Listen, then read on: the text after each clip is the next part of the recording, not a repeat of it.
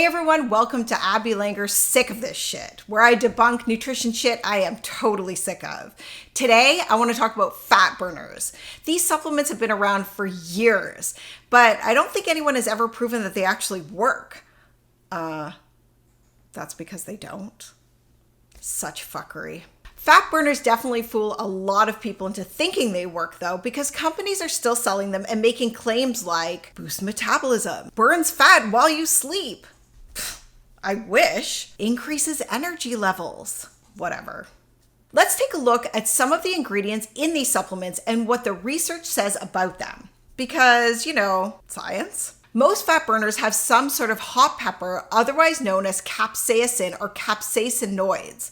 The theory goes that hot peppers raise your metabolic rate, causing your body to burn more calories at rest. That sounds great, but the bottom line about hot peppers, whether someone's advising you to eat them on your food or in a supplement to boost your metabolism, is that these won't increase metabolic rate nearly high enough or long enough to cause weight loss. Research actually shows that the metabolic increase from eating peppers is only around 8% and only for a really short time.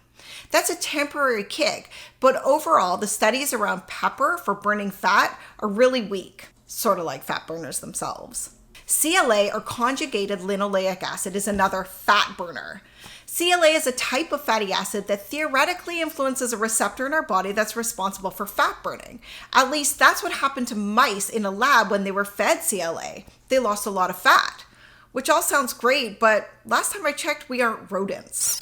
Studies around CLA and fat loss in humans are unreliable, and unfortunately, CLA hasn't ended up being the great weight loss aid that it looked like it was going to be a few years back.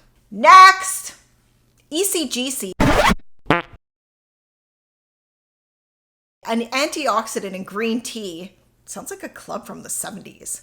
Theoretically reduce body fat when combined with caffeine.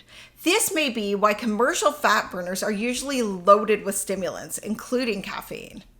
The problem with ECGC and fat burning is that this effect is minor at best, and even so achieved only with high doses of ECGC, like 400 or 500 milligrams a day, and only in the presence of caffeine. So there's another problem too. People who regularly consume coffee don't experience any benefits at all. It all depends on being caffeine naive. Many fat-burning supplements are based on proprietary blends, which aren't forthcoming about the actual amount of active ingredients, ECGC included, that they contain. You're blindly taking something that might not even have close to the amount you need for whatever they're claiming it does. So shitty. Honorable mentions go to the usual fat burner suspects: Garcinia cambogia, green coffee bean, and raspberry ketones, which are all a bunch of shit. Every time I see a fat burner that contains any of these things, and it's so often, I wonder out loud when companies are going to give up on them, because they've never been proven to do anything at all, despite Dr. Oz and his idiotic proclamations to the contrary. Listen, the bottom line about fat burners is if they actually did work, we'd all be burning fat like crazy. But yeah, that's not happening. Save your money, fat burners.